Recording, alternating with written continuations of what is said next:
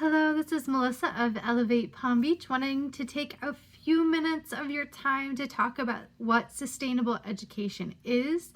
But before I get into what sustainable education is, I want to talk a little bit about what sustainability is. There's a lot of different definitions around sustainability, so I kind of want to expand on those as I don't think that they're significant or efficient enough to talk about what sustainability truly is and how we might go about it in our everyday lives. So, sustainability, when you look it up, there are a couple different definitions, and there's a couple different ways that people talk about sustainability. One of the definitions they talk about is longevity. So they talk about using our resources for what we need now, but leaving enough for future generations. So that kind of encompasses the two different pieces of the way people talk about sustainability. So that's longevity. And then the second part is talking about being environmentally conscious and doing things like recycling, going green, composting, consuming less, using solar panels, etc. So there's the eco and there's the longevity, using resources that we need for now, but having enough for future generations. So like I said, I don't think this is a sufficient definition of what sustainability is. It doesn't encompass everything and all that it is. So I believe sustainability recognizes several different things or acknowledges them. One of those things is that time is a continuum. So when they're talking about longevity, things that we need now and things that we need in the future, it recognizes, in addition to that, things that happened in the past, because time is a continuum and it's all connected and it's all moving forward. We're all progressing, whether we feel it or not. The earth is moving forward, time is moving forward. It's a continuum. It's always evolving. We're always adapting. Nature is always adapting to the environment, or at least it's trying to, making an attempt to adapt. So a good way to think about this time continuum is a tunnel. It's cyclical. So the earth has cycles. We have cycles of things that are happening, but it's also moving forward, or it's progressing. So you can think of a long tunnel going like this, or a tornado. If you need a visual for what that time continuum might look like. So sustainability acknowledges that time is on a continuum. Sustainability also understands that age is just a continuum. So like time, we do move forward, we do age. However, there's no real significant cutoff of youth versus adults. Adults are just older kids and kids are just younger adults. So when we kind of put them into categories of learning, and I'll get a little bit more into that when I'm talking about sustainable education, there's definitely a focus on providing information for the next generation because they are going to inherit the earth. However, adults now, like, why are we waiting for youth to fix all of our problems when we can start now with adults learning and understanding the problems of today, so we can also help the youth of tomorrow in our own families, in our own communities. So age is just a continuum, and we all need to be doing our part and learning about best sustainable practices and what sustainability truly is. Sustainability recognizes systems theory in that we are all connected on a very quantum level. Everything that happens to us happens outside of us and vice versa. They say that the world is kind of a mirror of how we see the world. So within systems theory, at the base of it is what our paradigms are, the way that we see things, the way that we see the earth, the ideas, the values, the things that we buy into or believe that is happening here on this earth, that all interplays with other people's visions of what life is here today on this planet. So we're all connected. The things, the decisions that we make, the actions that we take are all connected to one another. And that in saying that, there's a global community that is interconnected. So everything that happens here is connected to everything that happens elsewhere. So if you're thinking about just the environmental idea of sustainability, if you're thinking about climate change, the changes that might be happening over on the other side of the globe affect how our climate works or affects us here. I'm in South Florida. It's getting hotter. Dry season feels a lot longer. We're just very dry and waiting for the rain to happen currently, even though it is technically hurricane season. So it's a global community. It doesn't stop after your doorstep. So we kind of have to consider our neighbors, close and far away. And sustainability it doesn't have any boundaries. So there are other ways of knowing globally. It considers other cultures, other ways of being, and it takes that into consideration when we decide our own actions and how we make decisions about our own culture, our own government, our own social structures. So we need to really kind of think about those things when we're talking about sustainability, because it encompasses everybody, because we're all interconnected. So those are kind of like basics of sustainability and what it also includes. So it's not as simple as just using our resources today, the things that we need, and saving enough for tomorrow generations. There's more to it. So sustainable education is more than just learning about the environment. It's more than learning, teaching our youth about going green. It's more of, we want to teach them about gardening and how to take care of the earth and to take care of animals and their place in it. But it's more than that. It's about how we teach in general. Education has a very long history of changes, but it kind of stopped around the Industrial Revolution, where they try to mainstream education to pump out people who are going to work in these industries on these lines. And since then, we've just added standards to it, testing. It's become a very watered down process in which students are sitting in classrooms and information is just one way fed to them. So we're losing things like creativity and problem solving and creative solutions, because this is the way we've created our framework to be within our school systems here, at least in the US. I can't say that for sure in other countries around the world with other cultures, but this is what I see here in the US and the way that the public school systems are set up.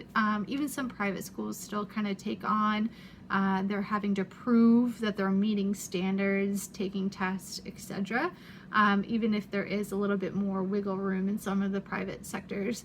So sustainability or sustainable education, again, going back to sustainability, understands that time is just on a continuum. So again, we've progressed forward, right? We're cyclical, we're still going forward, but our education systems and frameworks are still in the past. So we kind of need to revamp, reevaluate, revolutionize the way we do education. Because the way we do education, period, is no longer sustainable. It's not meeting the needs. People are going into they're going to college not even prepared for what's happening, and then in college they're not being prepared for the real world.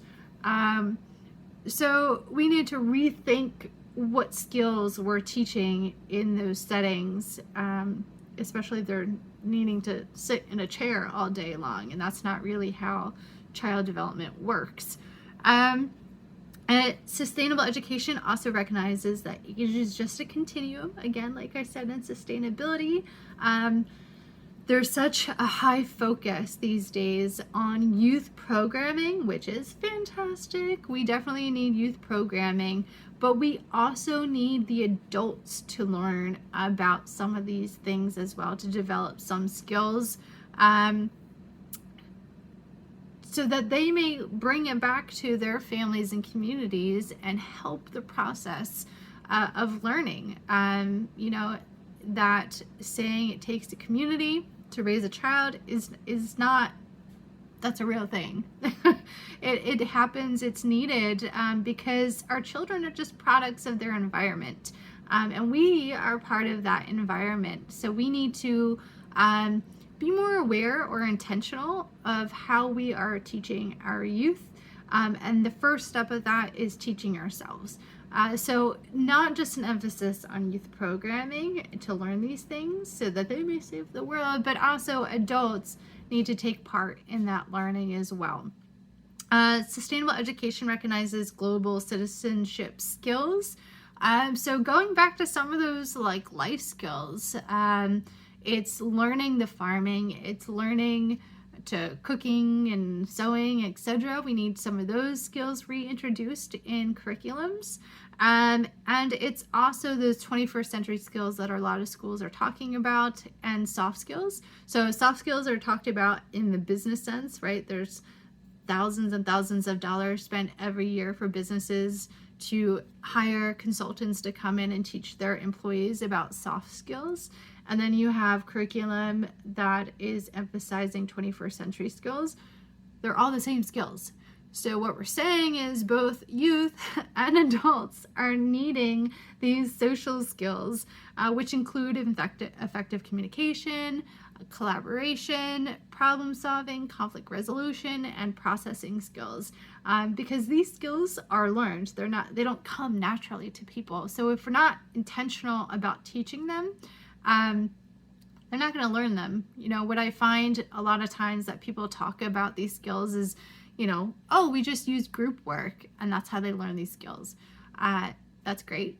And we're kind of assuming that kids are just going to naturally learn those skills being put in those situations, but it requires more intentionality than just sticking them in group work and saying they're learning collaborative skills. They need to talk about being collaborative. They need to talk about how they're communicating.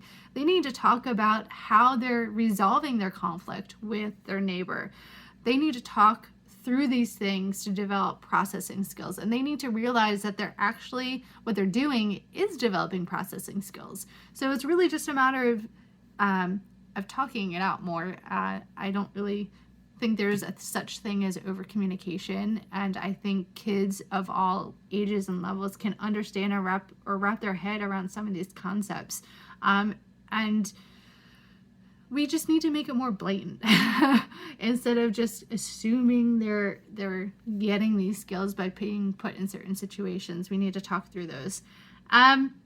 Sustainable education also is for all fields, so it's not just environmental fields, it's for all fields.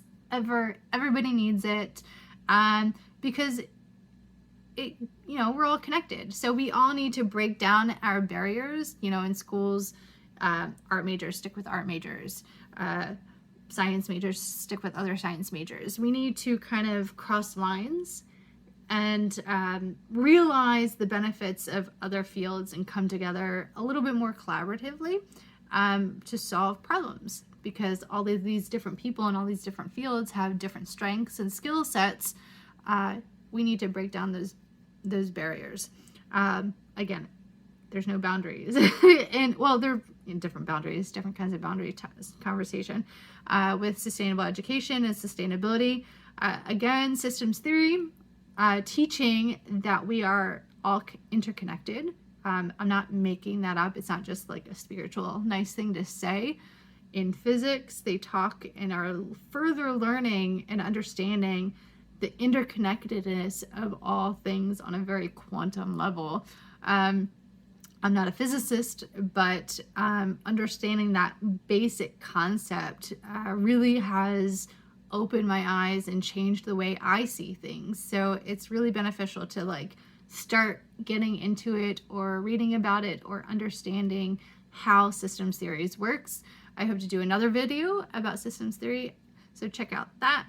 And at the base of systems theory, again, like I said, in sustainability, it comes to our paradigms and how we personally see the world. So in order to change our educational systems, we first need to understand sustainable education and what that actually looks like and how we may utilize that in our everyday lives. One way of doing that is turning the role of teacher to facilitator. So teacher is usually that one way. It has come to be that one way information, but sustainable education as a facilitator, you allow the student experience to be present in the classroom. You allow their culture to be present. You allow their voice to be present. So now it is a cyclical learning experience. There's feedback as systems theory allows.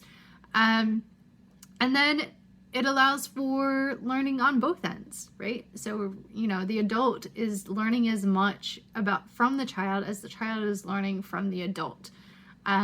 So that's a really important concept is sustainable education and what it could look like in the classroom. And so that brings me to another piece of it, and the final piece of what I'm going to talk about in this video of sustainable education is the experience of the lived life. One of the philosophers around that is John Dewey. He's written a lot of work. It's the basis of experiential education, outdoor ed. It's the basis of project-based learning. So it, again, sustainable education acknowledges the lived life. It acknowledges information for the now and that we have to learn through experience. We learn best by experiencing things. And so that way, in that way, we're learning all these different skills. We're putting them into practice in the now, to take action in now, and it allows us to develop other skills like innovation and creativity and our intuition, because those are also important in sustainability of our human life, of our race here on this planet as human beings. So that's what, in a very tiny nutshell, the tip of the iceberg of what sustainability is and what sustainable education is. I hope to add more videos. If you want to learn more, if you want to talk about, I'm always willing to talk about sustainable education. I'm hoping to create change here in South Florida. I am in Palm Beach County, so specifically in this area, I want to introduce this concept of sustainable education and what true sustainability is on a community level, on a business level, on an educational level, and create workshops around being able to change some of the way we do things to be more sustainable. So if you have any questions, please reach out. You can email me at melissa@elevatepb.com. You can look at my website, www.elevatepb.com. So just reach out, and I will post stuff also on my website. Thanks.